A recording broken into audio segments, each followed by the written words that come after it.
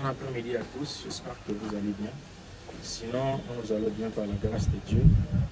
Et nous sommes très ravis de vous voir encore.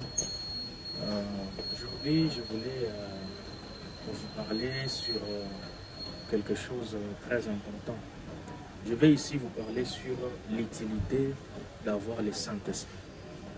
Vous savez, il y a certaines personnes qui entrent dans des églises ou dans une église où dans cette église-là, on ne parle jamais du Saint-Esprit. Il ne sait pas c'est quoi le Saint-Esprit. Du janvier jusqu'au décembre, il n'a jamais écouté un prédicateur prêcher sur le Saint-Esprit. Et depuis qu'il a accepté Christ comme Seigneur et Sauveur, la manière dont il a reçu Christ, on ne lui a pas montré réellement l'importance du Saint-Esprit dans sa vie. Mais aujourd'hui, je vais vous parler sur l'importance du Saint-Esprit dans votre vie. D'abord, un chrétien qui n'a pas le Saint-Esprit, il n'a pas Dieu.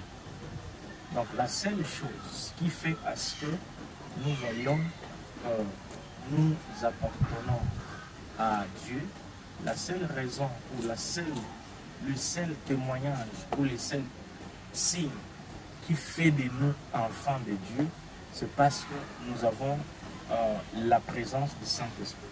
Quand vous lisez Jean chapitre 14, verset 16, là, Jésus est en train de dire que moi, lorsque j'irai auprès du Père, je vous envoyerai un autre consolateur. Je vous envoyerai l'esprit de vérité. Je vous envoyerai un esprit qui demeurera avec vous éternellement. C'est-à-dire, tu ne peux pas avoir la vie éternelle si tu n'as pas la présence du Saint-Esprit. C'est-à-dire, lorsque quelqu'un croit ou accepte Jésus-Christ Seigneur comme Seigneur et Sauveur, la première des choses que vous devez être bénéficiaire, c'est la présence du Saint-Esprit.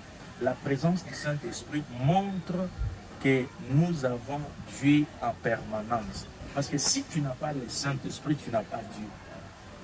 Et je vous conseille aujourd'hui, à partir d'aujourd'hui, si tu n'as jamais reçu la plénitude du Saint-Esprit, c'est le moment de prier Dieu, de lui demander enfin qu'il se révèle, afin que tu découvres le Saint-Esprit. Parce que le jour où tu seras rempli du Saint-Esprit, où tu auras la plénitude du Saint-Esprit, même ta façon de vivre va changer.